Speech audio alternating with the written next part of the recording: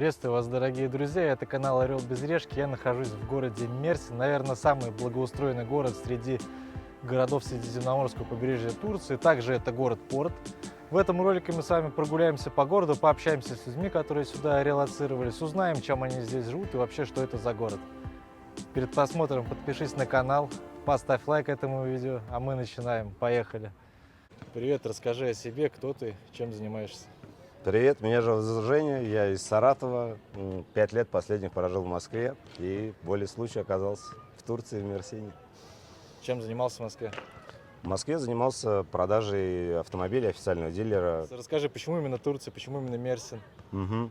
Дело случай. Просто был друг, который случайным образом год назад оказался в Мерсине, пригласил в гости и, собственно, собрался и поехал.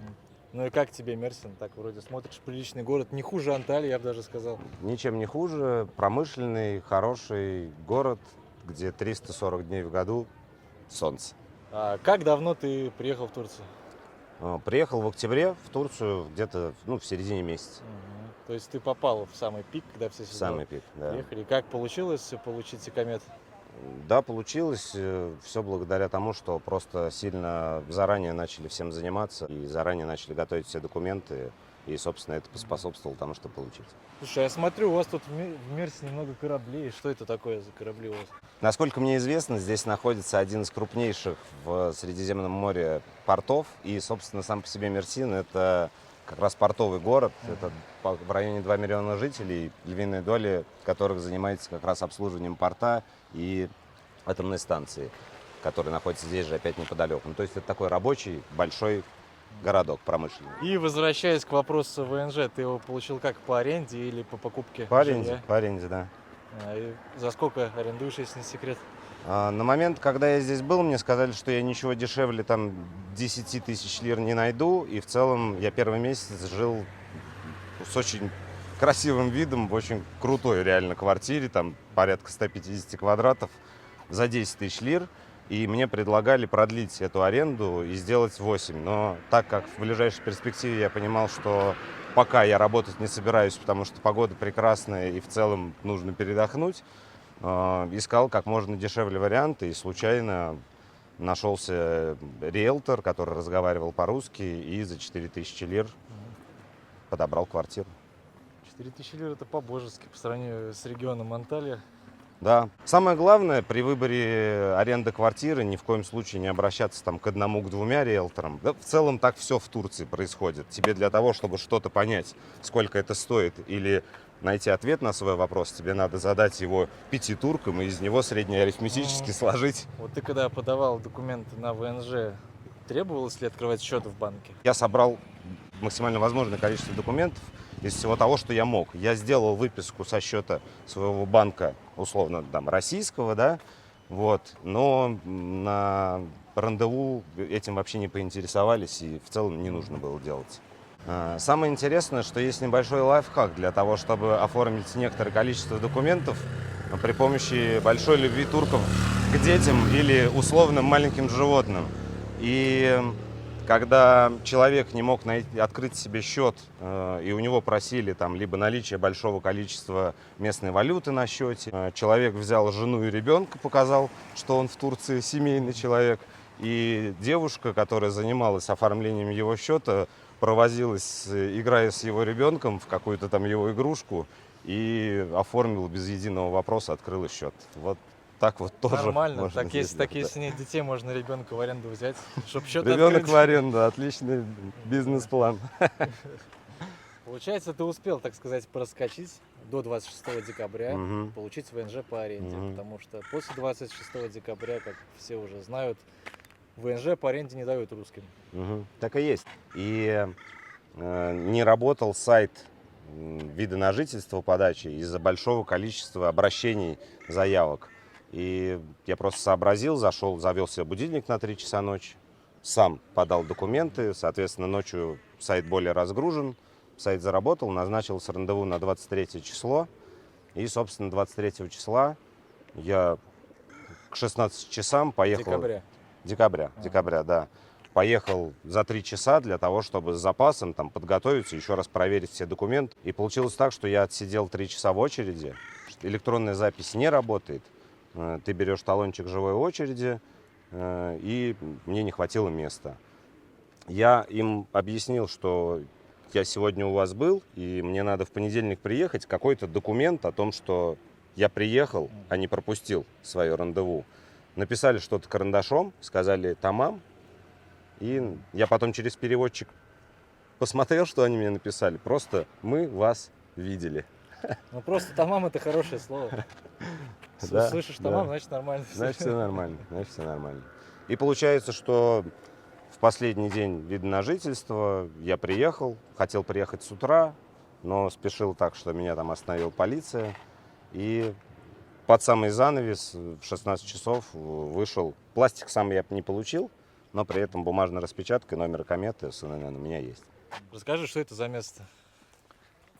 Это остатки древнего поселения, которые были построены еще до нашей эры греками. И, собственно, отсюда когда-то очень давно начался город Мерсин. И в память об этом восстановили колонны из остатков и сделали вот такую вот импровизацию со светом.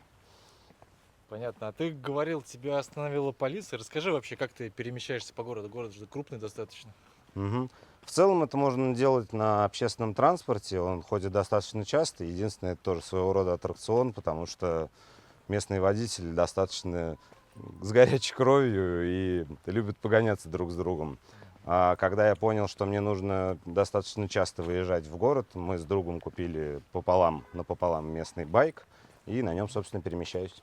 И сколько тут байк стоит в Турции? Байк стоит порядка 100 тысяч рублей, условно такой же в России, там наполовину китайский, можно купить в 2 раза дешевле. И как проходило общение с полицией, чем закончилось? Происходило оно достаточно непросто, потому что у меня не было ни ИНН, к которому можно было бы прицепить мой штраф. По паспорту целый час ребята ковырялись с паспортом, думая, как это сделать. А мне порядка часа времени заняло на то, чтобы они через паспорт выписали мне штраф. Я погуглил, посмотрел, что штраф за красный свет должен был быть 900 лир, но по каким-то причинам мне выписали на 400. То есть, опять же, это все дело случая. Я читал, что в Мерсине живут очень много граждан из Сирии. Как это сказывается на город, сказывается ли это вообще? Я живу достаточно далеко от центра и в целом практически не сказывается, но из тех знакомых, которые есть здесь, так или иначе, очень часто на принудительной основе просят дать денег, неважно за что, дать их просто так, потому что ты из России, в их понимании мы здесь все просто невероятные миллионеры, и с нас не убудет, если мы должны. Не мы конкретно, а вообще все сирийцам в целом здесь должны. И это, наверное, достаточно большая проблема, но меня это сильно не коснулось. Касательно наших людей из России, как они себя развлекают в Мерсине, чем они здесь занимаются? Занимаются по-разному. Кто-то работает на удаленке, большинство, наверное, из IT, но если говорить про развлечения, их здесь достаточно много. Здесь огромное количество локаций, которые можно посмотреть. И мы там с друзьями организовали поездки и ездим по красивым локациям, которых здесь великое множество, потому что хорошая погода, и они все в хорошем сохране, и при этом турки занимаются их восстановлением, так скажем. Вот. Ну и параллельно очень много спорта, хорошая погода, невероятное количество футбольных, волейбольных полей, теннисных кортов и так далее. И у нас даже здесь ребята организовали местный чемпионат, и перед Новым годом провели красивый чемпионат с кубками, с очень хорошей организацией. И в основном спорт и путешествия, поездки. Как тут вообще с едой? Ты сам себе готовишь или вот по таким местам ходишь кушать? Ну, смотри, сначала в целом, когда ты понимаешь, что уровень рубля к лире, он на нас играет, получается, что в целом питаться в таких местах достаточно недорого. Позволительно, и ты можешь и завтракать, и обедать, и ужинать условно в ресторане. Но не всякую еду, во-первых, ты можешь кушать, она несколько отличается от маминого борща там условного, да. Вот. И когда готовлю сам, когда я понимаю, что я там с утра поехал в центр, то, конечно, выбираешь какие-то места, отмечаешь себе на карте где можно вкусно и относительно там недорого поесть. Вкусно в приоритете. Какие планы вообще? Планируешь оставаться в Турции или двигаться дальше? Пока на момент планы не особо грандиозные. Пытаться наслаждаться прекрасной погодой, радоваться жизни, кататься на мотоцикле. Если у кого-то будет желание, мы посмотрели достаточно много мест. Присоединяйтесь, будем радостью видеть единомышленников и с радостью примем в свой дружный коллектив. Ссылку на инстаграм Жени мы оставим в описании к этому ролику. Спасибо. Привет. Привет! Расскажи нам о себе, как тебя зовут, откуда ты приехала, почему именно сюда, в Турцию, именно Мерсин? Меня зовут Ирина. Почему именно в Турцию? Ну, Турция мне всегда нравилась. Я, в принципе, посетила много городов, и Стамбул, и Анкару. Ну, попала я вообще сюда как? Вышла замуж. Вышла замуж за местного жителя, да. Никогда не рассматривала этот вариант. Ну, вот карта так легла. Моего мужа зовут Амар. Как мы познакомились? Амар вообще русскоязычный местный житель, он курд, не турок. В Турции много национальностей, и все друг с другом уживаются, дружат.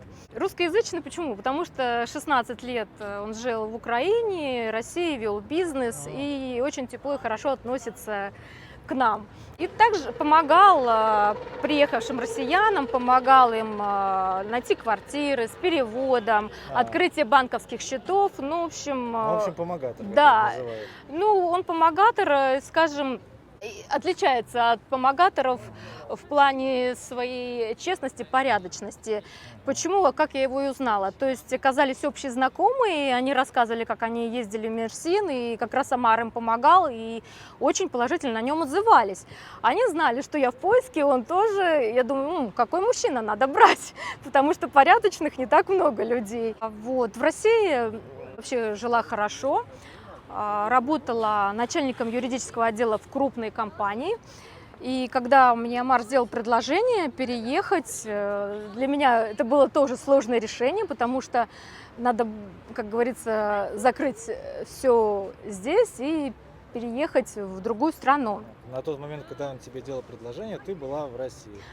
Да, я еще работала в России, то есть я ездила в отпуск, мы встречались, общались, то есть вот так вот.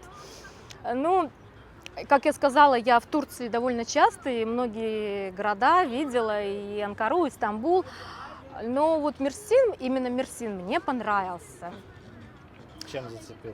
Зацепил, ну, я живу в средней полосе, к сожалению, солнца не так хватает. То есть в первую очередь это, конечно, прекрасная погода. Тут, по-моему, бухта, солнышко, позитивные, хорошие люди. Ну, а вообще, конечно, в первую очередь, это тот человек, с кем ты будешь жить. То есть, в принципе, не так важна страна, как важен человек, с кем ты будешь жить. Решилась, приехала с декабря, очень рада. Тут в Мерсине такая огромная набережная, хорошее благоустройство. Я смотрю, на каждом квадратном метре есть люди ходят, люди сидят, пьют чай, что-то кушают. Да. Так что давай прогуляемся, посмотрим. Кстати, набережную тут сравнивают с набережной Лос-Анджелеса, как я слышала, и протяженность ее около 20 километров. На самом деле, это действительно, вот вы представьте, ребят, утро, да, я вот живу недалеко от набережной, буквально 150 метров, и в районе, в центре Мерсина. То есть утром ты просыпаешься с любимым человеком, да, идете вместе на набережную, ну, пробежка, легкая зарядка, вот, потом возвращаешься домой, любимый человек готовит завтрак, ну, это мечта каждой женщины, я думаю. Что мне здесь еще нравится? Здесь можно взять в аренду велосипед, скутер, в принципе, вот, пожалуйста, прекрасная трасса, катайся, получай удовольствие. Даже интересно, вот, да. вот это для людей, это для велосипеда, скутера, вот А этот это для грунт. пробежки. А, Это прям, пробежка, да. И а. там, кстати, удобно, Ну удобно да, здорово, бежать, да. для колен не так вредно, как по асфальту. Да, да. Единственное, конечно, здесь вот, где мы здесь идем, здесь плавать нельзя, но подальше к отелю Хилтон там есть место, и я плавала. Тоже интересно, местные жители здесь спортивные, но рано утром бегают. Я даже видела бабушку где-то лет под 90. Сзади, так вот, я вначале не поняла, что она бабушка. Реально фигура такой атлетки. И как поплыла, по-моему, несколько километров она плавала. Так, расскажи, как у тебя проходит процесс легализации здесь? Получила ли ты ВНЖ? Сейчас, да, это больная тематика с ВНЖ. Насколько вы в курсе, с 26 декабря приостановили выдачу ВНЖ по аренде, то есть никто ничего не знал, подавали документы. И тут раз стали отказывать нашим гражданам по аренде. Мы также ходили в ГИОЧ и с руководством встречались.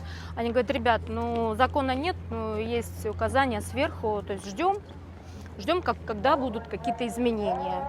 А расскажи, Да. как по замужеству процесс сам проходит? Здесь решает сам мужчина, да, то есть мне все документы мой муж готовил. А. Единственное, что хочу сказать, с этого года госпошлины очень сильно выросли, то есть оформление каждой бумажки, то есть там что нужно. Выросли с какого момента? С Нового года, вот с Нового с Нового года. года. Да, да. Вот, ну, непосредственно я в России какие документы брала? Свидетельство о рождении с апостилем я взяла и справку о том, что я не замужем. Тоже нужно ставить апостиль. При этом хотела обратить внимание наших девушек, молодых людей, кто хочет здесь оформлять отношения. Если у них уже был брак и менялась фамилия, то тоже нужна бумага, подтверждающая, каким образом эта фамилия менялась. И хотела отметить, вы знаете, с другой стороны, для кого-то, может быть, то, что отменили ВНЖ по аренде, очень много на сегодняшний день браков. Парень раньше получил вид на жительство, приехала его девушка, и теперь вот, соответственно, уже по семейным обстоятельствам они могут подать Воссоединение? воссоединение семьи, да, воссоединение семьи. Так, Ирина, расскажи, что это за сооружение такое интересное?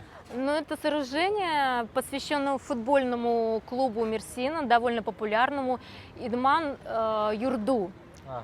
Ну, вон логотип, да, 1925, ну, как у всех футбольных клубов. Город большой, в таком городе должна быть. Да, да. команда. Насколько я знаю, по-моему, около 2 миллионов. Кстати, нас, русскоязычных, здесь около 350 тысяч. Ну, Ого. да, это вот как я слышала.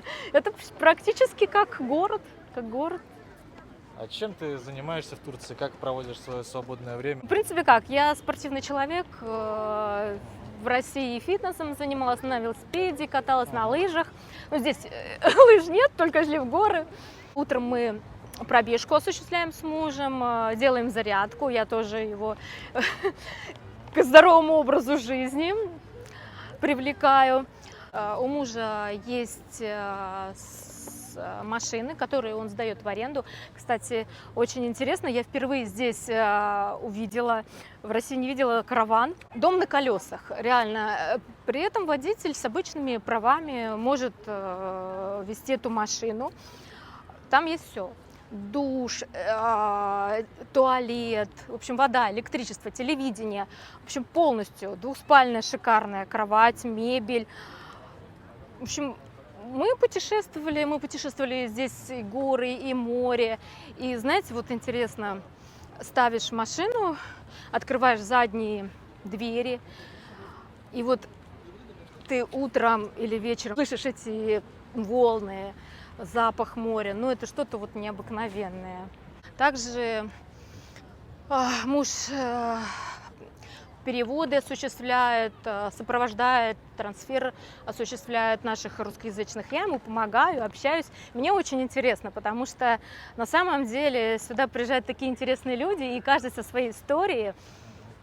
Что еще? Конечно, изучаю язык турецкий, но я на курсах не учусь, я изучаю сама, скачала учебник турецкого языка на ютубе, просматриваю Вот сама учу. В принципе, я на английском хорошо, неплохо разговариваю. Вот теперь турецкий язык. Как ты считаешь, можно турецкий язык выучить, не платя за курсы, не обращаясь к каким-то там репетиторам, а чисто самому там по ютубу, по учебникам? Ну, видите, у меня муж турок, да, то есть Упрощает задачу. да, упрощает задачу. Единственное, что с одной стороны упрощает, а с другой стороны он русскоязычный турок. То есть мы с ним дома разговариваем на русском языке. И вот последний раз приходили гости, его родственники, и они ему говорят: Амар, это что такое? Ты почему на русском разговариваешь? Тебе надо турецкий и русский сразу. Ну, то есть, чтобы уже мне было проще. А так какой мне интерес? Он говорит по-русски, я по-русски ему отвечаю. Ну, в принципе, я знаю, что многие девочки, кто сюда переехал, они сами учили язык. В общем, у кого как идет, у всех же тоже по-разному. Так как ты вышла замуж за помогатора, может, ты расскажешь какие-нибудь рекомендации, советы тем, кто сюда собирается приехать, чего им здесь ожидать, опасаться? Ну, вот на самом деле вот это слово «помогатор», оно какой-то носит саркастический характер. Но я что рекомендую нашим гражданам? Вы, когда едете в другую страну, все-таки ищите человека, который проживает в этом городе и порядочный. То есть, к большому сожалению, риэлторы здесь страдают чем? То есть помимо того процента, который они имеют, они еще очень хорошо накручивают и очень много определенного рода схем, что обманывают наших граждан. Вот, ну, например, лично у моего мужа была такая история. У него друг, на сегодняшний день это друг, ливанец, бизнесмен, приехал в Турцию приобретать коммерческую недвижимость. Ну и обратился к риэлторам, и они предложили ему объект за $5 миллионов. И как раз параллельно вышли на Амара дальние родственники, попросили, соответственно, помочь вот этому ливанцу. Амар нашел хозяев, позвонил по поводу стоимости объекта. И что вы думаете? Стоимость объекта на этот момент была $3,5 миллиона. То есть $1,5 миллиона вот так вот, просто никуда. Просто отдать риэлтору. Да, ну при этом, да, то есть я не говорю о том, что риэлтор обманул, ну, не могу ничего сказать. Ну, в общем, хозяеву они отдали $3,5 миллиона. Ливанец был очень доволен.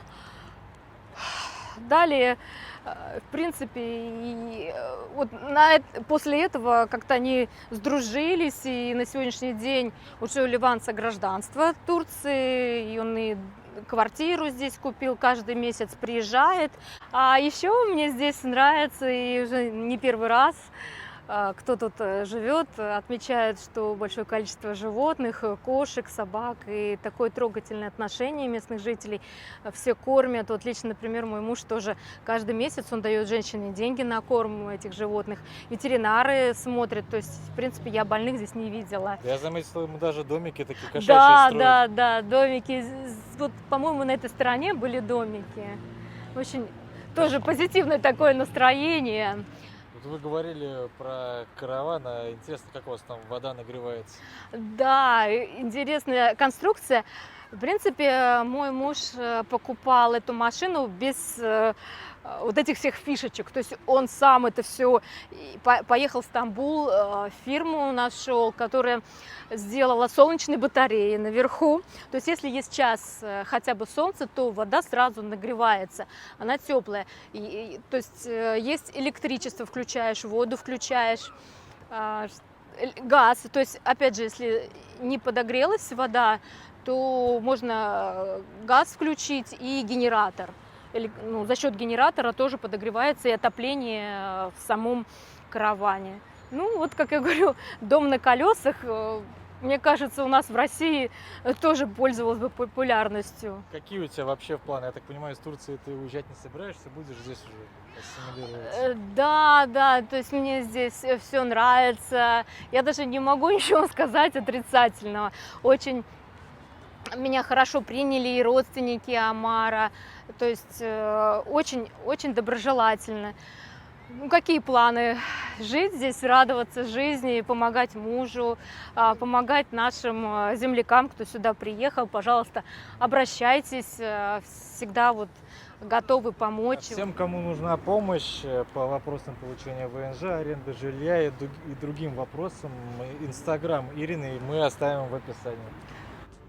Для того, чтобы лучше узнать Мерсин, мы попросили Женю и Ирину выбрать для съемки интервью те места, которые им больше всего нравятся в городе. И они, не договариваясь, выбрали прогулочную набережную, только в разных местах. Да, действительно, набережная в Мерсине является местом притяжения для жителей и гостей города. Но мне было интересно, а как же выглядит центральная часть города вне набережной? Если сравнить с городами России, то, несмотря на благоустройство отдельных районов, центральная часть осталась где-то в 90-х. Тут даже радиорынки с китайскими товарами. Видимо, сказывается то, что в городе находится один из крупнейших морских портов Средиземноморья. Есть в Мерсине и деловой район, в котором расположено самое высокое здание в городе Мертим. Эта башня была самым высоким зданием в Турции в период с 1987 по 2000 год, до завершения строительства башен Иш-банка в Стамбуле. В целом Мерсин оставил приятное положительное впечатление как город, в котором было бы приятно жить. Спасибо, что досмотрели это видео до конца. Канал Орел без решки — это не только прогулки по городам, но и обзоры отелей и ресторанов. Подписывайтесь на канал, если вам понравилось это видео.